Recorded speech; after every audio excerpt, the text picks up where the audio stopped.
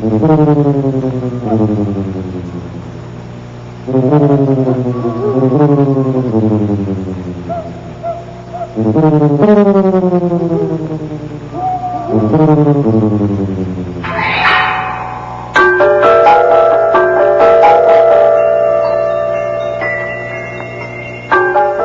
most of that vast span of time, we humans have roamed Earth. No one of us ever saw more than a handful of people in a lifetime. And those people were the same as we were. They thought the same. They acted the same. They lived in the same way. Like us, they gathered food directly from nature. And they hunted.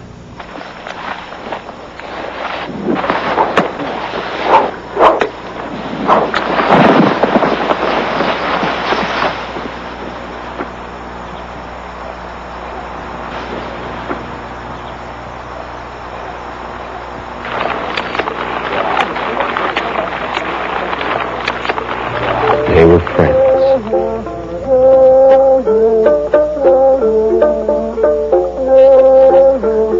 Even those who lived nearby, whom we usually regarded as less than human, lived, spoke, believed almost exactly as we did. Only every now and then would we cross paths with strangers, people who spoke differently, looked different, and lived in a manner different from ourselves. Now we live in a world grown suddenly, startlingly small. We encounter strangers with strange words and strange ways every day. Good. What do you want? Barbara, well, but Johnny, ask the chief if they weren't selling their bracelets, because they're awfully nice, these two bracelets. Ask the chief, because they don't want them.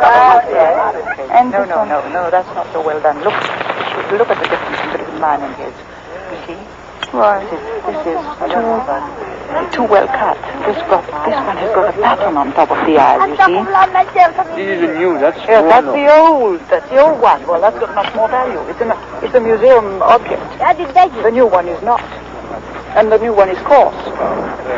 Begani, Lendogo. Begani. Put it on. That's it. Among the peoples of the world, we find not uniformity, but amazing diversity and variety. Each society adapts in its own distinctive way. Each finds its own solutions to the problems of survival.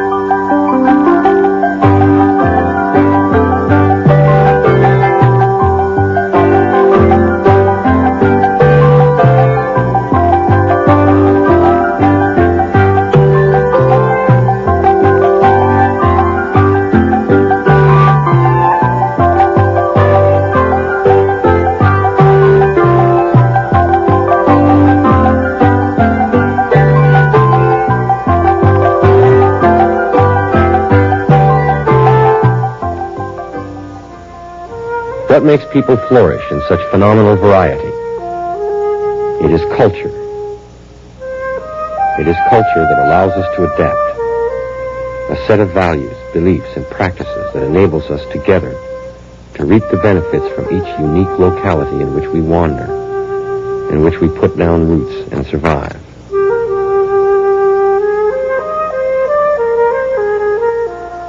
Yet culture goes far beyond aiding our mere physical survival. For over and above our basic means of eating and staying warm, we use culture as a scaffolding of rules and meanings, a blueprint for our ideas, customs, and patterns of living together. Through our culture, each group populates the world with beings and forces, both visible and invisible. Each paints a portrait of righteousness and evil, devises means to control fortune and fate, and creates order out of seeming chaos. Beauty before me, beauty behind me, beauty below me, beauty above me, beauty all around me. In beauty, it is finished. Culture tells us not just to survive, but how to survive, what to hunt or grow, not just to bear children, but when and with whom. Each tells us what we may or may not presume, down to what we may or may not eat. Culture circumscribes, filters, and gives value to our reality. Because of culture, even in the same environment, people pursue different ways to dine, sport different attire, and subscribe to diverse habits and religions. And each of us tends to believe in the righteousness of our own ways,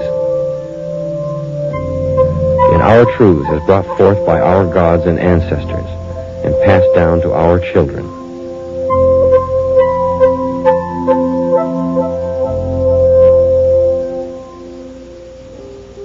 Every people believe their way of life best, see the world through their own perspective, judge others according to their ideas of virtue.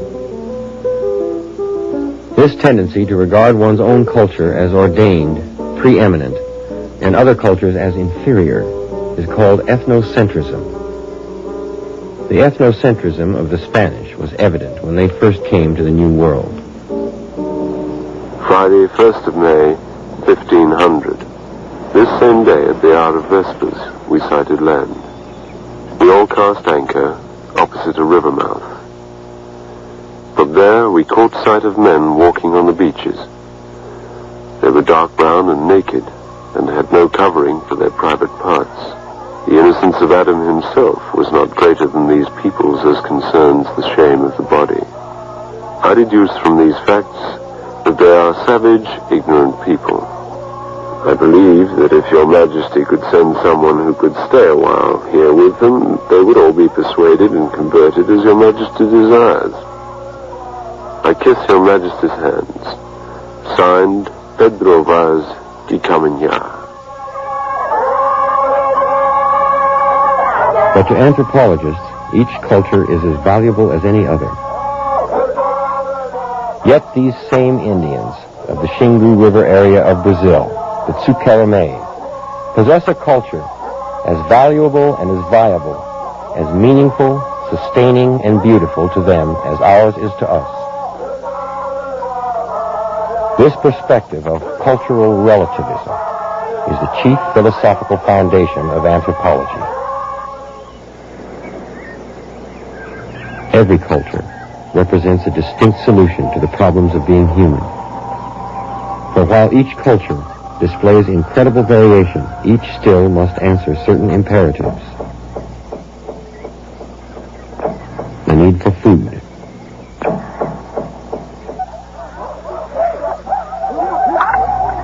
The need for shelter. For solace. And self-expression. For sex. And law and order.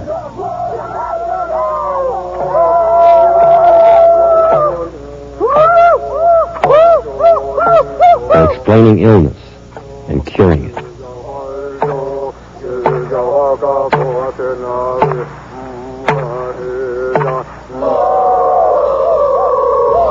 The need to resolve conflict.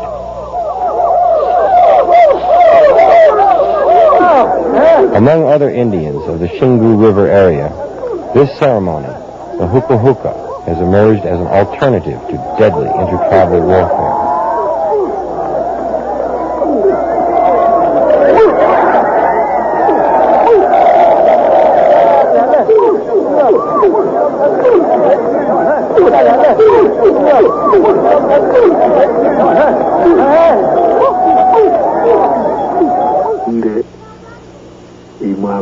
Such adaptations, such patterns of culture, do not have to be discovered or invented with each new generation. They are learned at the knee of parents and elders, gleaned from the generation above, passed on to the generation below. They are absorbed from the very sights and sounds around us. They are transmitted. Manioc, one of the primary staples in the diet of these Indians, deathly poisonous, unless cautiously, arduously processed. Yet these people do not die every generation to prove the plant is dangerous, nor does each child need to rediscover the steps to drain the toxic juices and make the plant into deliciously edible bread and pancakes. Every maiden and wife-to-be acquires the knowledge as she grows from cradle to girlhood.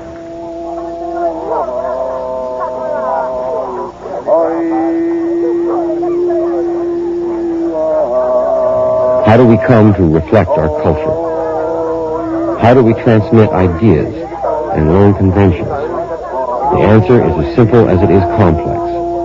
Culture comes packaged and gets delivered via symbols. These designs represent plants and animals. Red symbolizes virility, white purity, and black mourning. The Indians of the Xingu River paint these patterns only once a year during a ceremony called Kwarup. Kwarup honors all members of the tribe who have died in the past year and liberates their spirits. The ceremony is, in part, an exorcism. The spirits of the dead are driven from the village. Not surprisingly, wood plays an important part in Kwarup, because according to their myth, God created human beings from trees. So the dancers cut wooden posts, take them into the village, and paint them with the correct symbols. Then the spirits of the dead rise to inhabit them.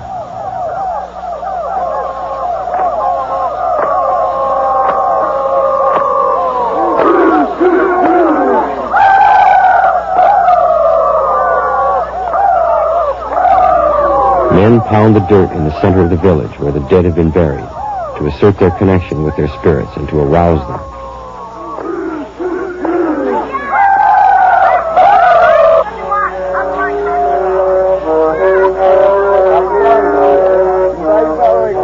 Then they play flutes and horns to entice them out of the ground. They spend the entire night chanting and dancing. The spirits enjoy this. They feel honored. But there is also an undercurrent of fear. There is always the possibility that the spirits in the posts may come back to life.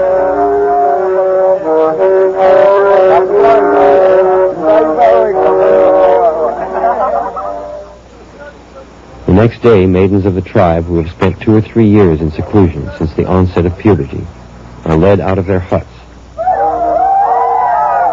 Their skin is pale from lack of sunlight. Fringes of hair cover their faces. But today they will cut their hair and the bindings around their knees. They are now eligible for marriage, and on this day of Kwarup, they take the place of the dead who leave the village forever. The posts, no longer sacred, are removed from the village and rolled to the lagoon like ordinary logs. No one can weep anymore or pronounce the names of the dead. They don't exist anymore. Their spirits go to the sky, to the east.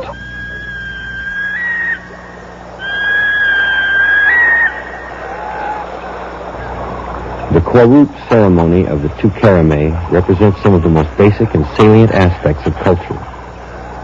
It is learned and handed down from generation to generation. It is shared by all members of the tribe. It is expressed symbolically in language, music and dance, ritual and art. And it provides order and meaning to the universe.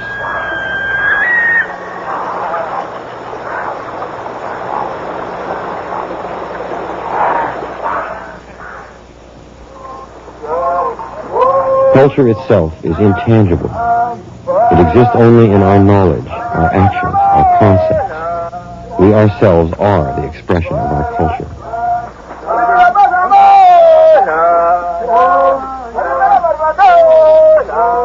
Culture is pervasive.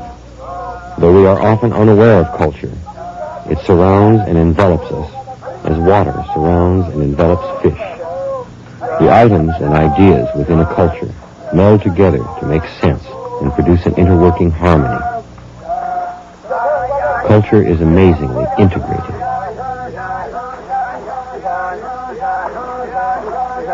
For the Baran people of Africa's Kenya, cattle are the centerpiece of an integrated cultural web. The Baran believe that God created man and cattle at the same time. You have given birth to me. What shall I live on? Man asked. And God replied, I have given you cattle. Milk them and nourish yourself. Slaughter them and eat their meat. Baran name their cattle individually and can trace their pedigrees with ease. So central are cattle to their social system, no ceremony can be conducted without a cattle sacrifice. And because water is scarce in this semi-arid environment, Baran say that the well, not the hut, is home. Theirs is a fragile environment, subject to drought and starvation, so the Barans severely limit their population. Men are barred from marrying until past their 32nd year. Yet, since they move, since they search perpetually for water and pasture, individuals readily share food with neighbors and strangers alike.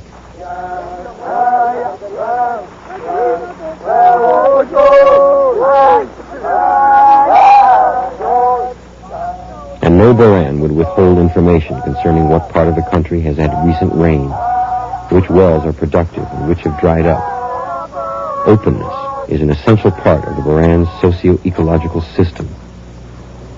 The Baran culture, like all cultures, is consistent, persists over time, alters only slowly. Yet the Baran culture, like any culture, does change.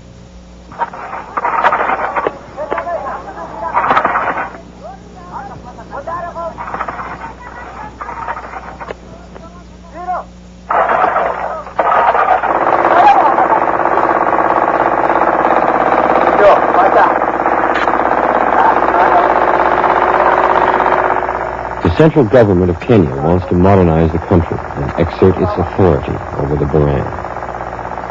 But while the tribe readily accepts some innovations, like the introduction of machinery, it resists innovations which are perceived as upsetting the traditional way of life.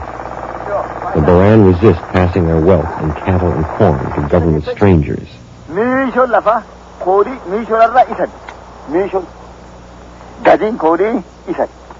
Gadin kodi sari borna gadin kodi. Basu tinjir wa. Nami kuna mutana me kodi basu lo khaye. Kodi dimba. Basu nama dakana yo yo khaye de. Nam khanani. Jama khakabet achige tamani. Aralle loni. Lon arasmi bangu tinjira. Ammo midani de bugu tu dande tha. Jawada. Yo. Wani be kodi ma no gur kuriyo sunani. Mal bi thanama. Tiyari mutana tiyari. Doni ala mana kodi. Harake buru khakale asinjera ni. Jadde sugro khakale asi se sinjentu. Menderos kena khod tamaso ki. Bese kan changanne. Bisar arti sekala khadanne arti ki bisar fudanne. Loni lon arba khenne chambar khenne. Ijole tenta skula ta ne sular khenne. Na tir to kolla funke kende akato jannani lafte kaskeji. Akki mata abani allon kabandure sadani lafke sinji. Loni lafa jasaram. Nami lafa jasam. Laga isan kadelle boron tiya. Dubin jaatu fatalille la finjit. Sirkali wanni erregu. Arta sumtan erregu. Jolle wo somtiya. Wo somte. Tanu sadentu wo somiya. Tanu sadentu wo some.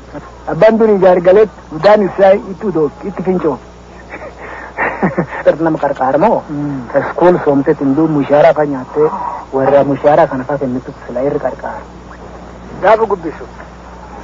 Jolle dubu gaate sin guddatte waan inni jedhuuni asii abbaan namaa yoo hin dufa dubu yoo abbo namni duri hin jira amma yoo inni amma kana du'e abbaan warra kanaa ana akka duuba haati tulleen hin banne akka duuba ijoolleen tulleen hin banne abbaan amma hin jiru namni amma jiru ka abbaa fakkaatu isa yaa sekondaari soomuu feetu duuba shirinkii 500 achi seenta kee sekondaari ganni tokko Gan tokko sitti jara.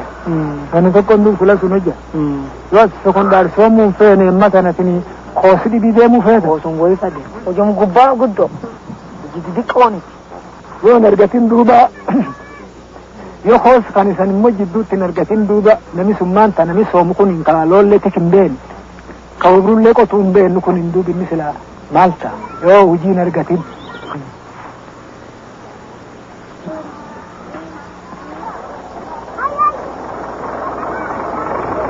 So, new ways come rushing in, putting pressure on the old, altering them.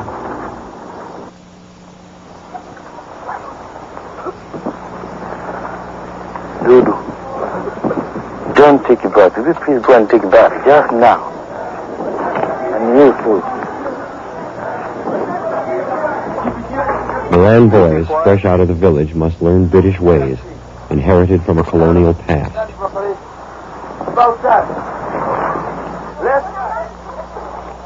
About done. 770. About done. Go to the classrooms. Good morning, boys.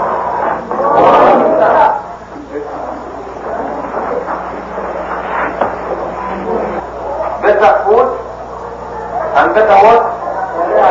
Better what?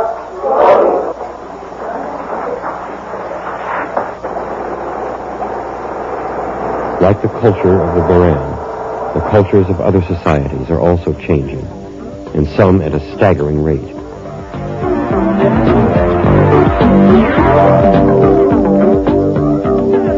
These cultures are moving not only into the industrial age,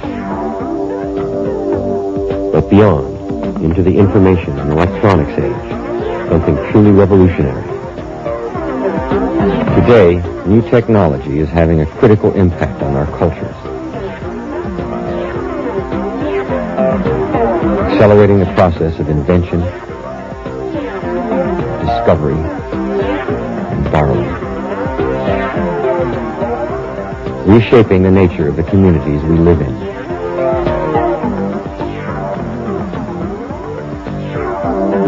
As machines develop the capacity to choose, learn, and even think the way we do, basic questions are raised about what it means to be human.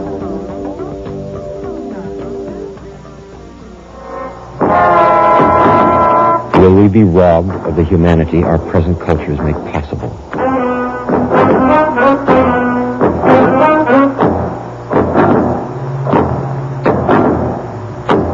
Will we be ruled by a technocratic elite who use sophisticated machines to deprive us of our freedom?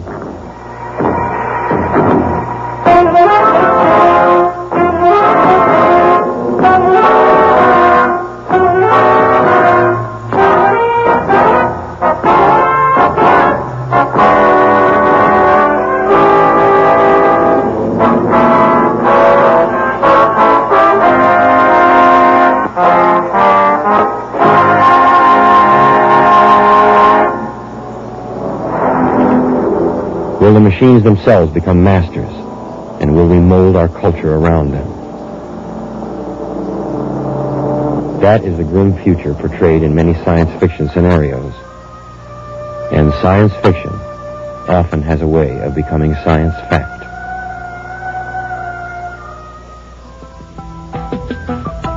Yet when a culture changes, it is rarely destroyed. For the ability to change and adapt is an important quality of culture itself. Culture is integrated, and under the right circumstances, cultures borrow only selectively what they need from the new, only what will help them rather than harm them.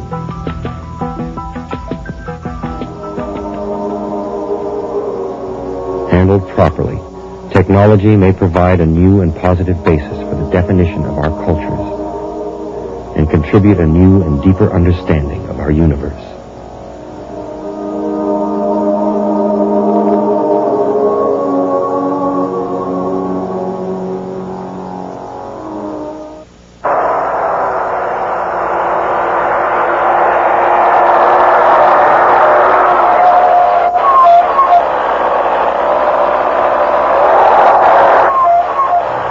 Cultures not only change, some may die out completely, disappear. This is the fate which seems to be in store for many of the Indians of Brazil. They are rapidly being decimated in the name of progress by those greedy for their land and its wealth.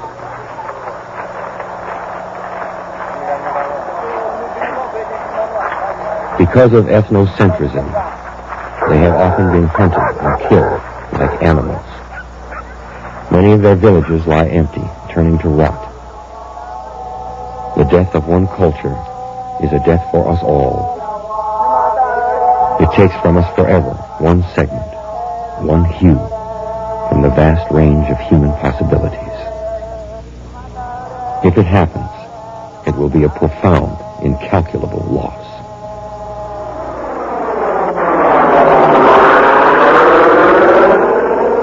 Never have we so needed to understand the way in which other people live, to learn of the broad range of human culture. Never has it loomed so essential to comprehend other minds, other values, other cultures,